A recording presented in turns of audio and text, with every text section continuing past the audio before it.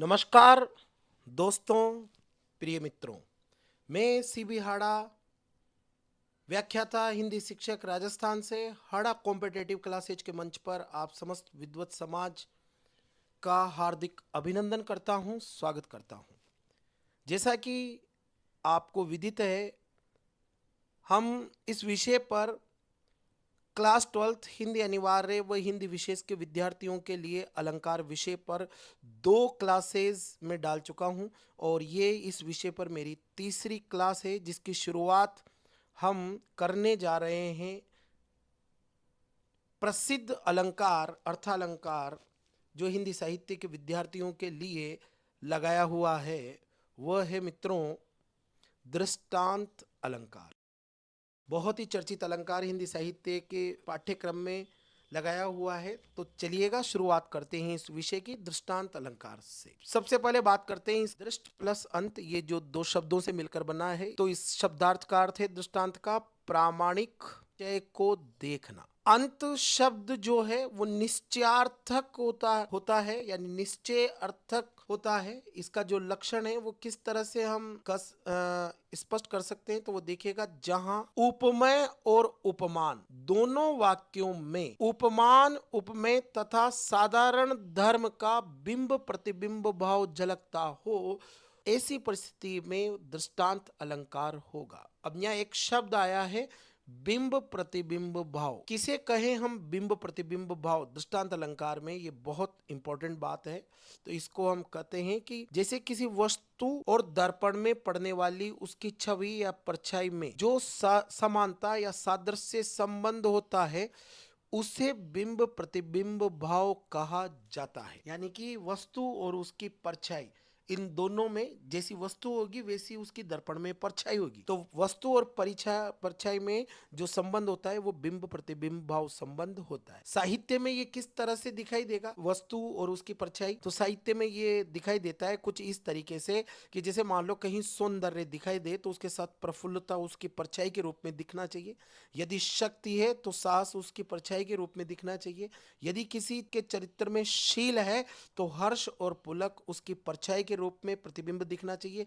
यदि किसी में गुण है तो उसकी परछाई के रूप में आदर का भाव विद्यमान होना चाहिए। और यदि ऐसी स्थिति या परिस्थिति बनती है तो वहां दृष्टांत अलंकार दिखाई देगा। आगे देखिएगा, इसी बात को हम कुछ और डिटेल में देखते हैं कि जहां उपमान वाक्य के साथ बिंब प्रतिबिंब भाव के द्वारा उपमेय वाक्य के अंत का निश्चय देखा जाए तो दृष्टांत अलंकार होगा। इसको और अधिक सरल शब्दों में मैं आपके बीच रखना चाहूंगा कि दृष्टांत अलंकार के लिए 2 स्वतंत्र वाक्य होने आवश्यक हैं। 2 बातें कही जाती है, दोनों बातें अलग अलग वाक्य में होगी और प्रत्येक वाक्य स्वतंत्र होगा। एक वाक्य में कही गई एक बात की सत्यता सिद्ध करने के लिए हम दूसरे वाक्य में दूसरी बात उसके भाव से मिलती जुलते भावों की कही जाएगी और दोनों में बिंब प्रतिबिंब भाव जैसा दिखाई देगा। साथ ही किसी तरह का उपमा वाचक शब्द दिखाई नहीं देगा, जिनमें आगे देखिएगा, दृष्टांत अलंकार के लिए 2 स्वतंत्र वाक्य होने आवश्यक है जिनमें एक ही मूल विचार, एक जैसे मिलते जुलते विचार 2 रूपों में व्यक्त होते हैं। दोनों के साधारण धर्म एक तो नहीं होते, पर उन दोनों में मिलती जुलती समानता अवश्य रहती है और दोनों में बिंब प्रतिबिंब भाव दिखाई देता है। इसके साथ ये जो मिलती जुलती समानता है, इस समानता का वाचक शब्द जो भी हो वह प्रयुक्त नहीं किया जाता है। ये बात मैं आपको पुनः ध्यान चाहूंगा, आप याद रखिएगा। दृष्टांत अलंकार के उदाहरण में समानतावाचक जो शब्द है, यानी दोनों में जिस बात की समानता है और जिसके कारण वो दोनों वाक्य एक दूसरे से जुड़े हैं, वो वाचक शब्द जो है उसका प्रयोग नहीं किया जाता है क्योंकि वह व्यंग रूप में होता है। दृष्टांत अलंकार का प्रथम वाक्य जो होता है वो सिद्धांत वाक्य होता है, ये भी आप याद रखिएगा, जिसे बिंब प्रतिबिंब भाव द्वारा दूसरे वाक्य के दृष्टांत द्वारा प्रमाणित किया। अब इसमें ये समानतावाचक शब्द नहीं होता। ये बात हम क्यों कर रहे हैं, क्योंकि इसके बाद में आपको जो अलंकार बताने जा रहा हूं वो उदाहरण अलंकार है मित्रों।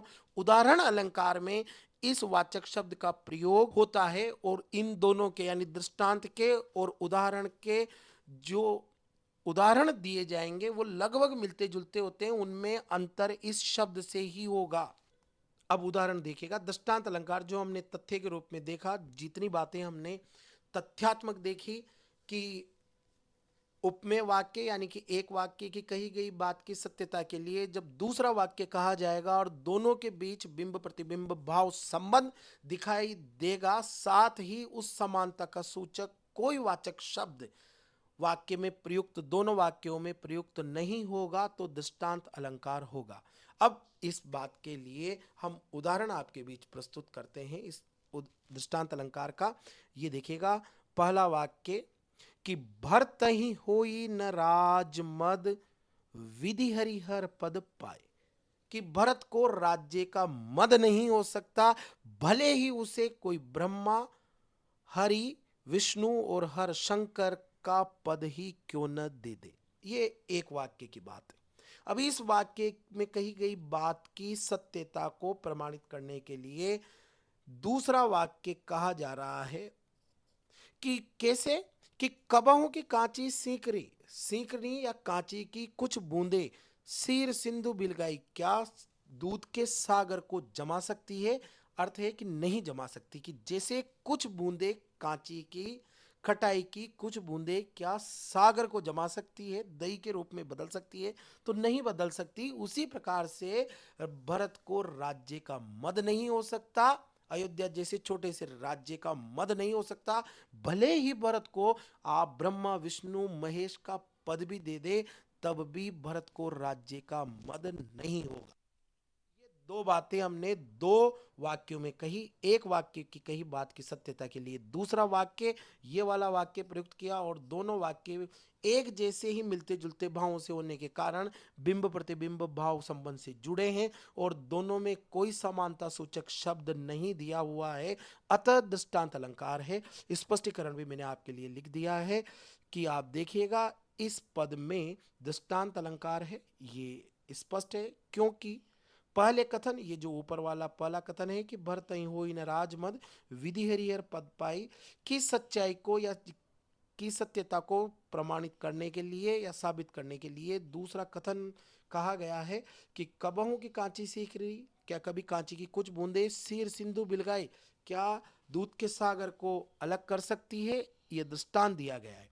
अब पहले वाक्य में कही गई बात भरत के का राज्य मत से अछूता रहना, दूसरे वाक्य में कही गई बात यानी कांची की बूंद से सागर का अलग न कर पाना, दोनों जो हैं दोनों बातें बिंब प्रतिबिंब भाव से एक दूसरे की सत्यता को पुष्ट करती है और बिना किसी समानतावाचक शब्द के, अतः दृष्टांत अलंकार इनमें सिद्ध होता है या घटित होता है।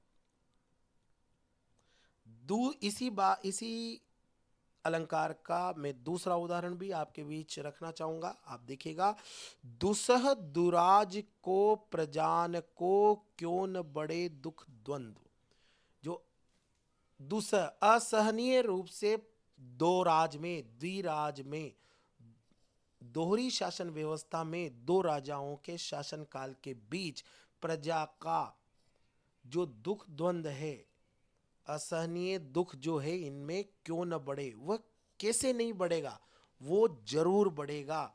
इनमें दो राजाओं के शासन के बीच फंसी हुई जनता का दुख असहनीय रूप से बढ़ेगा, बढ़ता ही रहेगा। कैसे, कि अधिक अंधेरो जग करत, इस संसार में अधिक अंधेरा कर देता है कौन, मिल जाते हैं जब अमावस्या को रवि और चंद्रमा।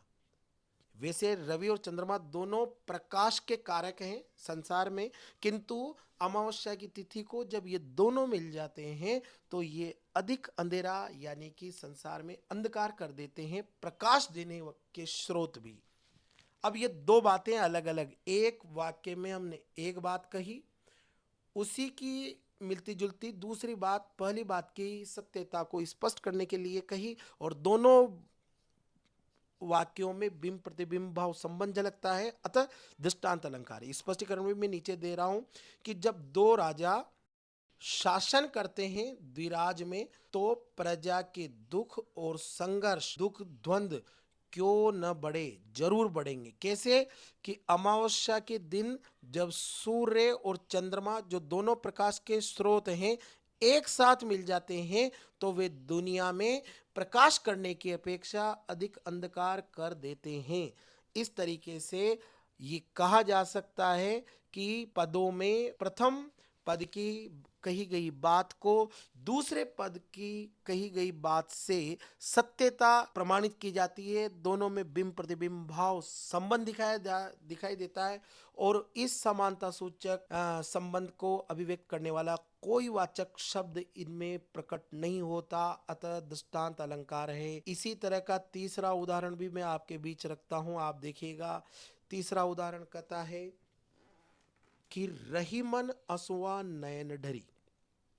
रहीमदास जी कहते हैं कि आंसू जो नयन से, आंख से गिर जाता है, जिए दुख प्रकट करें, हृदय के दुख को प्रकट कर देता है। भले ही मुंह से दुख के बारे में न कहा जाए, किंतु आंख से गिरा हुआ आंसू व्यक्ति की हृदय की मनोदशा को, व्यथा को प्रकट कर देता है। कि कैसे, ये एक बात हुई। अब इस बात को प्रमाणित करने के लिए या इस बात को सिद्ध करने के लिए दूसरा वाक्य हम दूसरी बात के रूप में कहते हैं कि जाही निकारो गते, जिसे गेह यानी घर से निकाल दिया जाए। कस न भेद कही दे, वो किसे उस घर का भेद नहीं कहेगा, अरे जरूर कहेगा, दे देगा। ये बात है। दोनों बातों में बिंब प्रतिबिंब भाव संबंध है। एक जैसी ही मिलती जुलती बात ही दो वाक्यों में कही है, दोनों में बिंब प्रतिबिंब भाव है, कोई समानता सूचक शब्द नहीं दिया हुआ है। स्पष्टीकरण देखिएगा आप। आंसू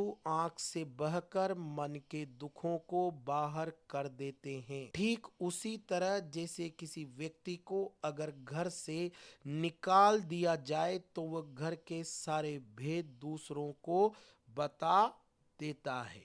ये देखिएगा आप। तीसरा भी मैं आपके बीच रख देता हूं, बहुत ही खूबसूरत उदाहरण है। पगी प्रेम नंदलाल के प्रेम में पड़कर गिरकर हमई न भावत जोग। गोपिकाएं कहती है कि हमें योग अच्छा नहीं लगता। ये एक वाक्य में एक बात कही है।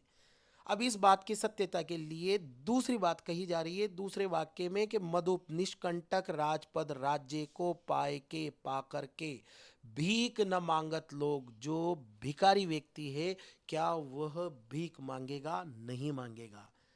यदि भीख मांगने वाले व्यक्ति को कोई निष्कंटक राज्य दे दिया जाए तो क्या वो पुनः भीख मांगने जैसा कार्य करेगा? बिल्कुल नहीं करेगा। उसी तरह से गोपिकाएं कह रही है कि जिसे एक बार नंदलाल का प्रेम मिल जाए, वो क्या योग को लेगा? नहीं लेगा। तो ये दो अलग अलग वाक्यों में मिलती जुलती बात कही है, दोनों बिंब प्रतिबिंब भाव से जुड़े हुए हैं और कोई समानता सूचक शब्द दिया हुआ नहीं है। अतः दृष्टांत अलंकार है। आप चाहें तो अगला उदाहरण भी मैं इसी बात के लिए आपके बीच रख सकता हूं। आप ये देखिएगा अगला उदाहरण कि मनुष्य जन्म दुर्लभ है। मनुष्य जन्म उसी तरह से दुर्लभ है, हो ही न दूजी बार, जो दोबारा मनुष्य को नहीं मिलता है, एक बार ही मिलता है। ये वापस इसमें मनुष्य को नहीं मिलता है। इसलिए इस व्यक्ति को इस अनमोल मानव जीवन में व्यर्थ समय न गंवाकर सदकर्म कर लेने चाहिए, क्योंकि समय कम है, एक ही बार मनुष्य जन्म मिला है। अब इस बात को की सत्यता के लिए दूसरा वाक्य कहा जा रहा है। तो दूसरा वाक्य क्या कहा जा रहा है? दूसरे तरीके से वो कहा जा रहा है कि पक्का फल जो गिरी पड़ा, पककर फल अगर एक बार डाली से गिर जाए, बहुरी न लागे डार, तो उसे पुनः उसी रूप में डाल पर नहीं लगाया जा सकता। इसी तरह से मनुष्य जन्म भी एक ही बार मिला है, उसे व्यर्थ न गंवाएं। आपको जो करना है सदकर्म वो कर लें, क्योंकि एक बार ये समय चला गया तो फिर लौट कर नहीं आएगा। ये दो बातें एक जैसी दो बातें दो अलग अलग वाक्य में कही गई हैं, दोनों में बिंब प्रतिबिंब भाव संबंध दिखाई देता है और कोई समानता सूचक शब्द नहीं दिया हुआ है, अतः दृष्टांत अलंकार है। अब अगले अलंकार की तरफ बढ़ते हैं और अगला अलंकार है मित्रों आपके लिए क्लास 12th के हिंदी साहित्य के विद्यार्थियों के लिए उदाहरण। परिभाषा के रूप में हम क्या कर सकते हैं, तो आप देखिएगा कि जो उदाहरण अलंकार होता है इसमें उपमेय यानी कि मुख्य विषय, उपमान जिसकी तुलना की जा रही है यानी उपमेय और उपमान के बीच बिंब प्रतिबिंब जैसा संबंध होता है और तुलना के लिए, दोनों की तुलना के लिए जैसा के समान समान जैसे वाचक शब्दों का प्रयोग किया जाता है। ये आप देखिएगा वाचक शब्दों का प्रयोग जो कि दृष्टांत अलंकार में निषिद्ध है। वो क्यों निषिद्ध है? क्योंकि उनका प्रयोग उदाहरण अलंकार में किया जाता है। ये दृष्टांत और उदाहरण के बीच अंतर समझने का एक मुख्य बिंदु है। उदाहरण अलंकार में यह आवश्यक है कि पहला वाक्य उपमेय वाक्य हो और जो दूसरा वाक्य हो वो उपमान वाक्य हो, और ये जो उपमान वाचक शब्द हैं वो दूसरे वाक्य के साथ आए। ये आप उदाहरण अलंकार में इतनी बातें ध्यान रखेंगे।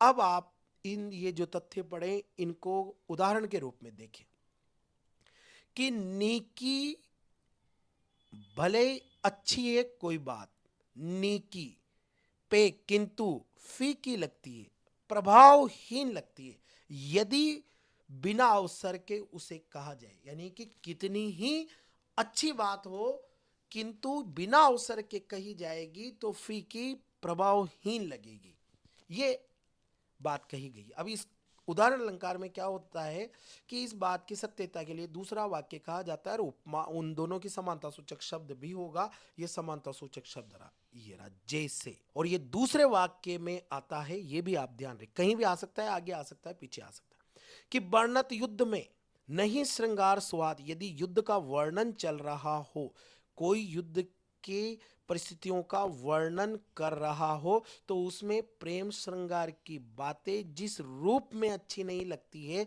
वैसे ही बिना अवसर के कही गई अच्छी बात भी प्रभावहीन होती। स्पष्टीकरण भी दिया हुआ है, अच्छी या नेक बात भी यदि समय और अवसर पर न कही जाए तो बुरी लगती है, फीकी ही लगती है। इसका उदाहरण ये है कि जब युद्ध का गंभीर वातावरण हो तो उस समय श्रृंगार रस की बातें शोभा नहीं देती है। तो ये उदाहरण अलंकार है और दोनों बातों को समानता सूचक शब्द से जोड़ा गया है और वो समानता सूचक शब्द दूसरे वाक्य में आया है। एक और उदाहरण मैं आपके बीच रख देता हूं, ये देखिएगा कि बूंद आघात सहे गिरके से, बूंदों के प्रहार को, वर्षा की बूंदों के प्रहार को पर्वत कैसे सहन करते हैं कि जैसे, मानो जैसे खल के वचन संत सह, जैसे संत व्यक्ति दुष्ट व्यक्तियों के वचनों को सहन कर लेते हैं उसी रूप में पहाड़ वर्षा की बूंदों को सहन कर लेते हैं। दो बातें दो अलग अलग वाक्यों में कही गई है, समानता सूचक शब्द का प्रयोग ये रहा दूसरे वाक्य में, अतः उदाहरण अलंकार है।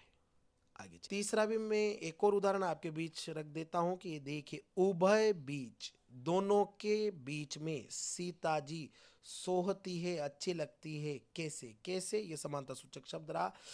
जीव ब्रह्म बीच, जीव और ब्रह्म के बीच में जैसे माया सुशोभित होती है, ये वाचक शब्द रहा। स्पष्टीकरण, जैसे ब्रह्म और जीव के बीच माया का संबंध है वैसे ही श्री राम और लक्ष्मण के बीच में सीता जी की स्थिति है, दोनों के बीच में वे खड़ी हुई है। ये होगा उदाहरण अलग। ये देखिएगा एक और उदाहरण मैं आपके बीच रखना चाहूंगा, ये भी बहुत चर्चित उदाहरण है, कॉम्पिटिटिव एग्जाम में भी ये आ जाते हैं।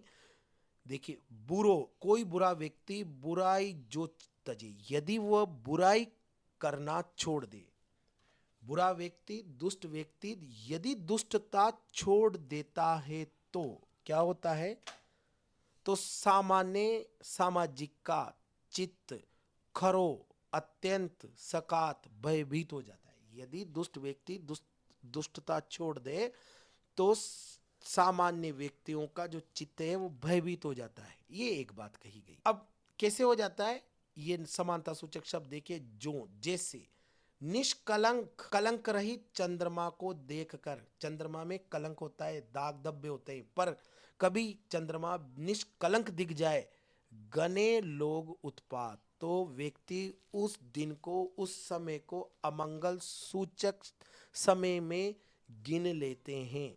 स्पष्टीकरण देखिएगा, बिहारी जी का कथन है, यदि दुष्ट व्यक्ति सहसा अपनी दुष्टता छोड़कर अच्छा व्यवहार करने लगे तो उससे चित्त अधिक भयभीत होने लगता है। जैसे चंद्रमा को कलंक रहित देखकर लोग अमंगल सूचक मानने लग जाते हैं।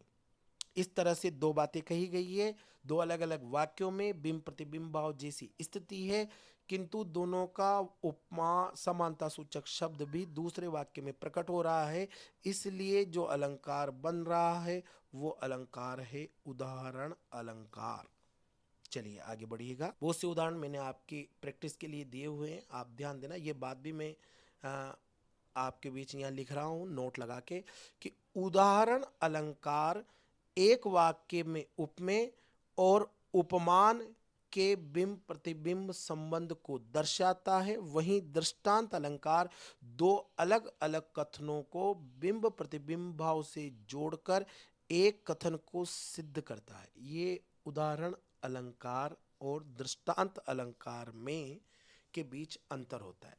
चलिए, जो अगला प्रमुख अलंकार है हिंदी साहित्य के क्लास 12th के विद्यार्थियों के लिए, वो है संदेह। अब संदेह का शाब्दिक अर्थ क्या हुआ, तो ये देखिएगा, संदेह का शाब्दिक अर्थ होता है निश्चय का अभाव, संशय रहित होना। परिभाषा के रूप में हम कैसे कर सकते हैं कि जहां सादृश्य के कारण, समानता के कारण उपमेय और उपमान के गुण, क्रिया, धर्म आदि की इतनी ज्यादा समानता हो कि एक वस्तु में अनेक वस्तुओं के होने का संशय बना रहे और निश्चय एक का भी न हो, तो संदेह अलंकार होगा। इसके वाचक शब्द कैसे होंगे? ये होंगे की, क्या, धो, किंदो आदि। इस तरह के वाचक शब्दों का प्रयोग संदेह अलंकार में किया जाता है। उदाहरण भी मैं आपके बीच रखना चाहूंगा। देखिए, यह मुख है या चंद्र है या कमल है। पंक्तियों में कहा जा रहा है कि ये मुख है या चंद्रमा है या कमल है। एक वस्तु में एक से अधिक वस्तुओं के होने का, मुख में चंद्रमा और या कमल आदि के होने का बोध हो, निश्चय एक का भी नहीं दिख रहा है, न तो वो चंद्रमा की स्थिति पर पहुंच पा रहा है न कमल की स्थिति में, अतः संशय अलंकार। और उदाहरण में आपके बीच में दूसरा एक और रखता हूं, ये देखिएगा, कहूं मानवी यदि मैं तुमको, तो वैसा संकोच कहां। यदि मैं तुम्हें मानवी कहूं तो मुझे वैसा मानव जैसा संकोच तुम्हारे में नहीं दिखा। कहूं दानवी, और यदि मैं तुम्हें, क्योंकि जिस समय तुम विचरण कर रही हो और यहाँ तुम दिखाई दे रही हो, ये समय मानवों का तो नहीं है, ये निशाचरों का या राक्षस प्रजाति का या दानवों के विचरण का समय। अतः यदि मैं तुम्हें दानवी कह दूं, उसमें है ये लावण्य की लोच कहाँ, किंतु उसमें ये लावण्य की लोच कहाँ, इतना लावण्य उन दानवों में कहाँ हो सकता है जितना तुम्हारे में प्रकट हो रहा है। तो ये संशय की स्थिति है, न तो मानवी है, ये मानवी होने में भी संशय है क्योंकि संकोच नहीं है, और न ये निश्चय हो पा रहा है कि ये दानवी है, क्योंकि दानवी यदि है तो इसमें लावण्य कैसे, इतना लाव, और यदि ये मानवी है तो इसमें संकोच कहाँ है, संकोच नहीं है। तो स्पष्टीकरण क्या है कि प्रस्तुत पद में रूप गर्विता शूर्पणखा को देखकर पंचवटी में लक्ष्मण जी ये निर्णय नहीं कर पा रहे हैं कि वह किसी मानव की स्त्री है अथवा किसी दानव की स्त्री है, अथवा कोई वन देवी है, तथा अंत तक भी अनिर्णय की स्थिति बनी हुई है, अतः यहाँ संदेह अलंकार है। ये देखिएगा, तीसरा अलंकार उदाहरण भी मैं आपके बीच रखना चाहूंगा कि कोई पुरंदर की किंकरी सेविका, यानी कि देवराज इंद्र की सेविका है ये, या किसी सुर की सुंदरी है, या किसी देवता की नायिका है, सुंदरी है। इसलिए हम यहाँ पर भी स्पष्ट नहीं कर पा रहे कि पुरंदर की सेविका कहूं या सुर की सुंदरी कहूं, अतः संदेह अलंकार। ये बहुत चर्चित उदाहरण है, अक्सर आपको ये देखने को मिलता है कि सारी बीच नारी है, साड़ी के बीच में नारी है। ये संदर्भ है द्रौपदी चीरहरण का, या नारी बीच सारी है, या इसे हम नारी के बीच में सारी कहें, सारी की नारी है, साड़ी की बनी हुई नारी है कि नारी ही की साड़ी है, ये स्थिति है। स्पष्टीकरण देखिएगा। महाभारत काल में द्रौपदी के चीरहरण के समय उसकी बढ़ती हुई चीर को देखकर दुशासन के मन में यह संशय उत्पन्न हो रहा है कि ये साड़ी के बीच नारी द्रौपदी है या नारी के बीच में साड़ी है, अथवा साड़ी नारी की बनी हुई है या नारी साड़ी से निर्मित है। अतः संशय की मन स्थिति बनी हुई है। एक के लिए एक से अधिक उपमान दिए हुए हैं, अतः संशय अलंकार की छटा इसमें देखते ही बनती है। अब देखिएगा, इसी से मिलता जुलता अलंकार, दोनों में अंतर भी हमें पता होना चाहिए, और वो अलंकार है अगला, हिंदी अनिवार्य क्लास 12 के विद्यार्थियों के लिए, भ्रांतिमान अलंकार। भ्रम का अर्थ क्या होता है, परिभाषा में मैं आपके बीच पहले रखना चाहूंगा। भ्रम का मतलब होता है मिथ्या ज्ञान, यानी निश्चय की स्थिति भी हो जाती है, ज्ञान भी हो जाता है, किंतु गलत होता है। इसको कहते हैं असत्य में सत्य की प्रतीति। जो नहीं है उसको कोई और समझ लेना, यानी कि कुछ का कुछ अन्य समझ लेना। और ऐसा क्यों होता है? अत्यधिक समानता के कारण।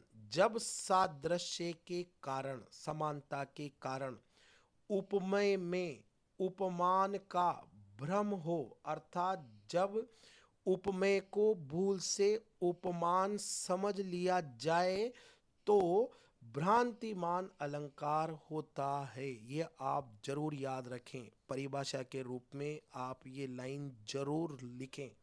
सादृश्य वो मुख्य कारण है, अत्यंत समानता के कारण एक जैसा जो होता है उस वजह से क्या हो जाता है, उपमेय को आदमी उपमान समझ लेता है, और जब ये समझ लेता है तो ये मिथ्या ज्ञान होता है। मैंने बताया अभी आपको, झूठा, असत्य में सत्य की प्रतीति है, कुछ को कुछ और समझ लिया जाता है, अतः ये भ्रांतिमान अलंकार की स्थिति बनती है। उदाहरण देखिएगा, मैं आपके बीच उदाहरण रख रहा हूं। पहला उदाहरण, ओस की बूंद ओस बिंदु चुग रही, ओस की बूंदों को चुग रही है हंसनी, पर क्यों चुग रही है? मोती उनको जान।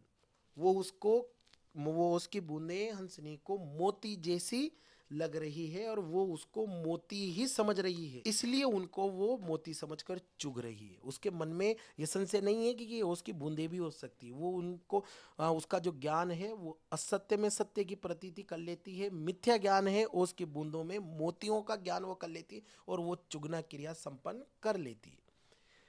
आगे देखिए अगला उदाहरण, पेशी समझ माणिक्य को मोती की तरह समझकर माणिक्य को वह विहग देखो ले चला।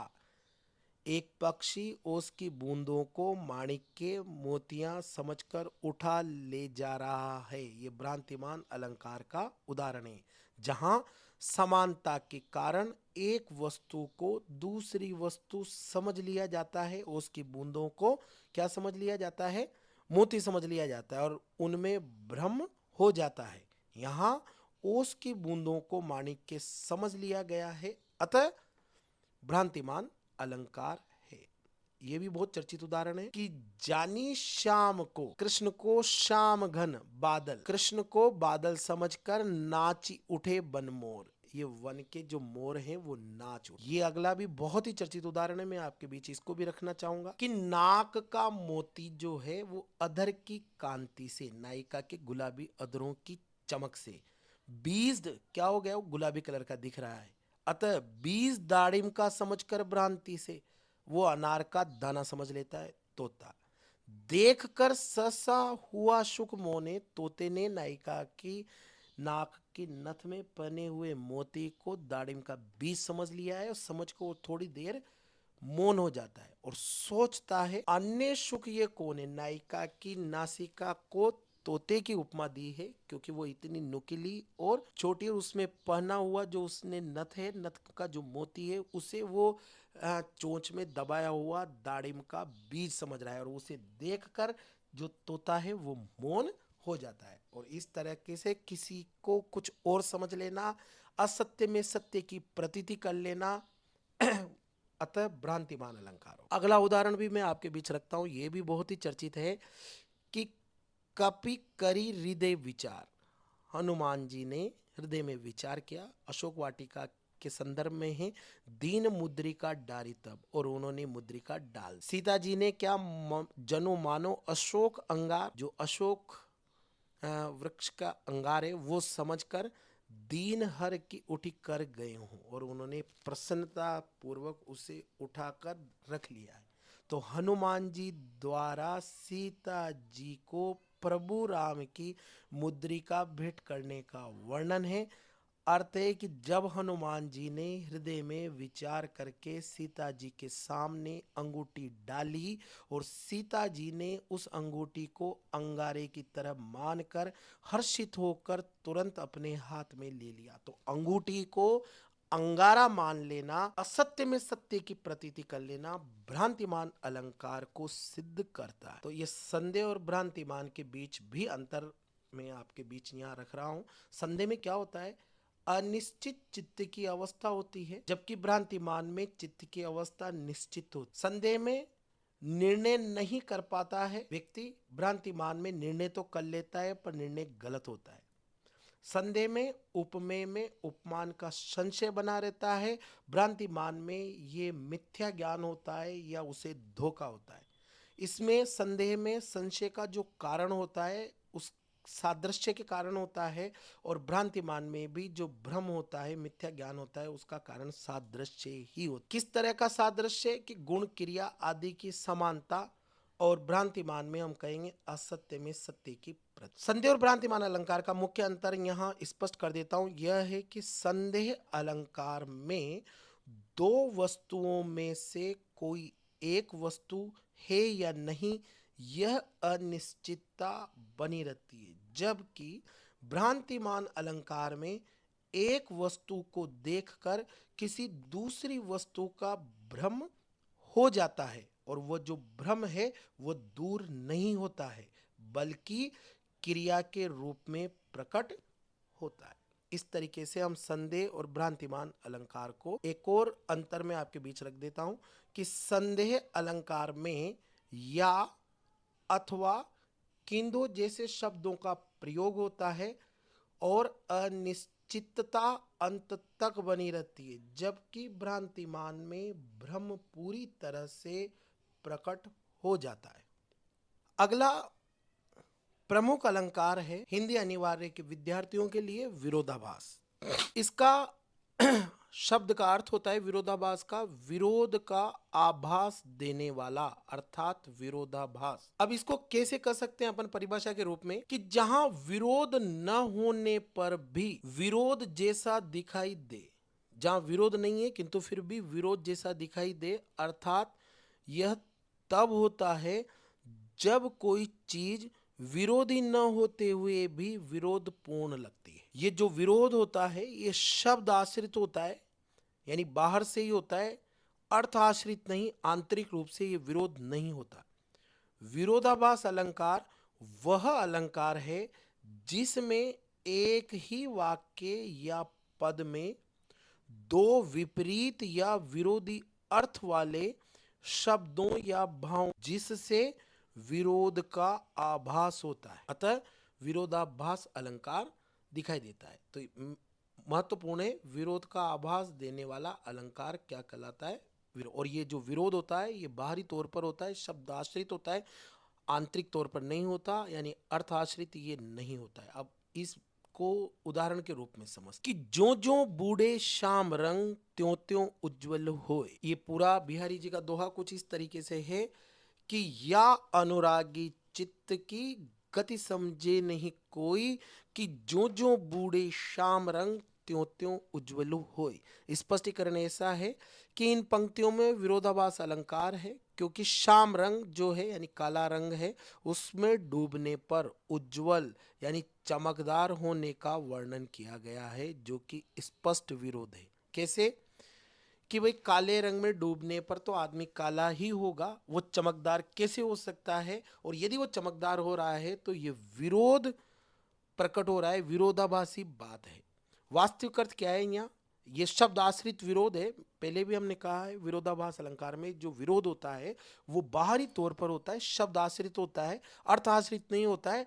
अर्थ तो ये इस तरीके से होगा कि जहां यहाँ जो है श्याम रंग का अर्थ कृष्ण के प्रेम, अनुराग व भक्ति से लिया गया है कि जैसे जैसे चित्त कृष्ण के प्रेम में, उनकी भक्ति में गहरे से गहरा डूबता जाता है, वो उतना ही उज्जवल यानी निर्मल और पवित्र होता जाता है। और यदि ये बात इस रूप में कही जाती है तो इसमें वास्तविक अर्थ में कोई विरोध नहीं है। बाहरी विरोध शब्दों के अनुसार किसी काली चीज में डूबने पर वह काली ही होनी चाहिए, उज्जवल नहीं। इस वजह से शब्दाश्रित रूप में बाहरी तौर पर इन पंक्तियों में विरोधाभास अलंकार घटित होता है। उक्त पंक्तियों में विरोधाभास का आभास इसलिए है क्योंकि यह पहली नजर में असंभव लगता है, लेकिन जब हम कृष्ण भक्ति के संदर्भ को समझते हैं तो यह बात सत्य प्रतीत होती है। विरोधाभास अलंकार तब होता है जब बाहर से विरोध दिखाई दे लेकिन वास्तव में विरोध न हो। इसी तरीके से ये देखेगा अगला उदाहरण, मैं अंधा भी देख रहा हूं, रोती हो तुम रोती हो। अब यहां विरोधाभास क्या है कि एक तो ये शब्द आश्रित विरोध कैसे है कि अंधा है, अंधा होने की बात करता है, और जो क्रिया बता रहा है देखना, तो अंधा व्यक्ति में देखना क्रिया का घटित होना शब्द आश्रित विरोध को प्रकट कर रहा है। इस पंक्ति में मैं अंधा भी देख रहा हूं, रोती हो तुम रोती, विरोधाभास अलंकार है। विरोधाभास तब होगा जब वाक्य में परस्पर विरोधी विचार या स्थितियां व्यक्त की जाती। जो अंधा है वो देख नहीं सकता, और देख रहा हूं देखने की क्रिया के साथ विरोधाभास उत्पन्न किया गया है। इस तरह से ये उदाहरण है।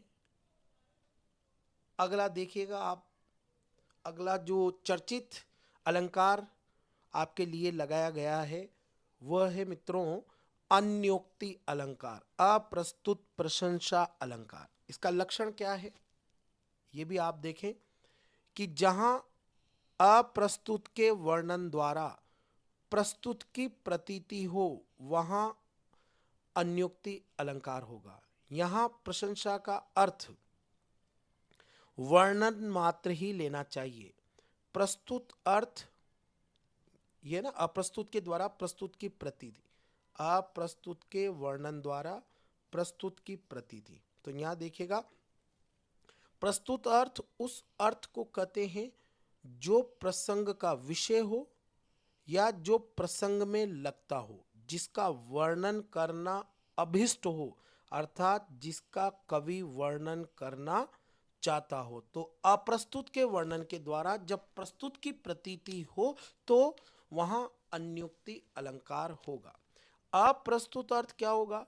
वह अर्थ होता है जो प्रसंग का विषय नहीं होता परंतु जो प्रस्तुत अर्थ के समान होता है या प्रस्तुत अर्थ को प्रकट करने के लिए प्रयुक्त होता है।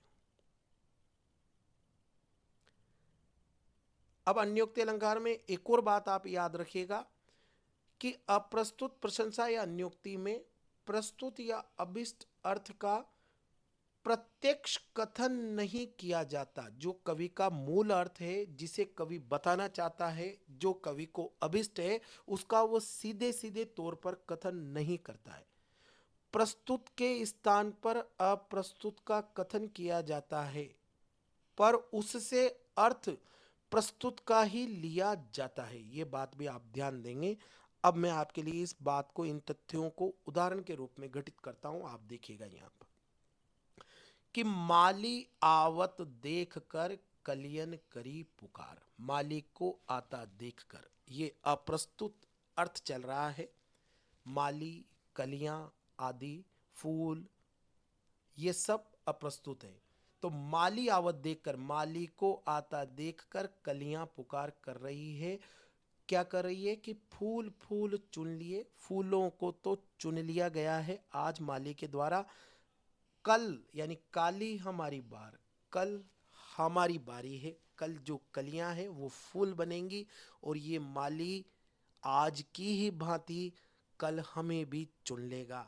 तो फूल, कलियां, माली ये प्रस्तुत है और इनके द्वारा व्यंग रूप में ये सब अप्रस्तुत है, और इनके द्वारा जिस प्रस्तुत अर्थ को कवि प्रकट करना चाहता है वो मूल अर्थ है इसका। माली का मतलब है यमराज, यमराज को आता हुआ देखकर कलियन यानी कि युवा व्यक्ति पुकार कर रहे हैं कि फूलों को, वृद्ध को या जिनका समय आ चुका है उन व्यक्तियों को तो यमराज ने चुन लिया है।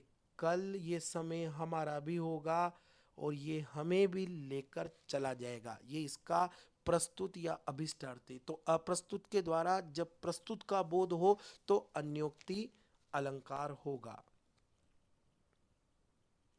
यहां देखिएगा आप, काल, अकाल, कराल कितने ही भयंकर रूप में पड़े। काल कराल परे कितनों पे, मराल न ताकत तुच्छ तलैया।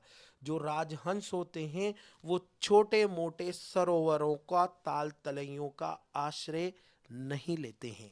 तो यहाँ पर अप्रस्तुत अर्थ है काल, कराल, मराल यानी कि राजहंस, ताल तलैया, ये जो है ये सब अप्रस्तुत है। इनके द्वारा किस प्रस्तुत अर्थ की ओर कवि इशारा कर रहा है? तो प्रस्तुत अर्थ है जो व्यंग रूप में इनमें है वो ये है कि विपत्ति पर भी, कितनी ही भयंकर विपत्ति हो फिर भी जो उच्च या आदर्श पुरुष होते हैं वह तुच्छताओं का आश्रय ग्रहण नहीं करते हैं।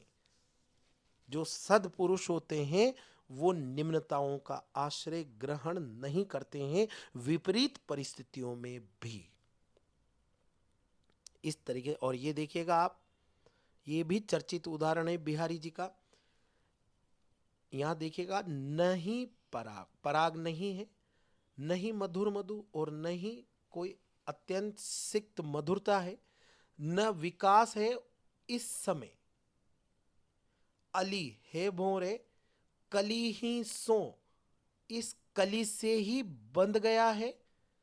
आगे कौन हवाल, आगे तेरा क्या होगा जब पराग होगा, इन कलियों में मधुरता होगी, विकास पूर्ण ये कर लेगी, तो फिर हे भोरे तेरा क्या होगा, तू तो जब ये नहीं है तभी इन कलियों में बंध गया है। ये अप्रस्तुत अर्थ है। प्रस्तुत अर्थ है मिर्जा राजा जयसिंह को कि हे राजन, जब यौवन से संबंधित क्रियाकलाप इनमें नहीं है, न पराग है, न यह अभी यौनोचित क्रियाकलापों को अभी जानी है, जब इन नायिकाओं में या इस नायिका में वो सब चीजें घटित होगी तो हे राजन, आप उस समय अपने मन की किस स्थिति के साथ यहाँ विचरण करेंगे।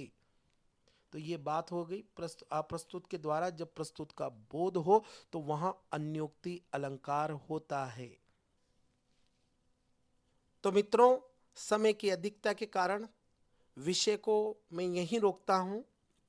बहुत जल्द आपसे पुनः अगले अलंकारों के साथ मुलाकात होगी। तब तक के लिए मुझे इजाजत दें। पढ़ते रहें, आगे बढ़ते रहें। धन्यवाद।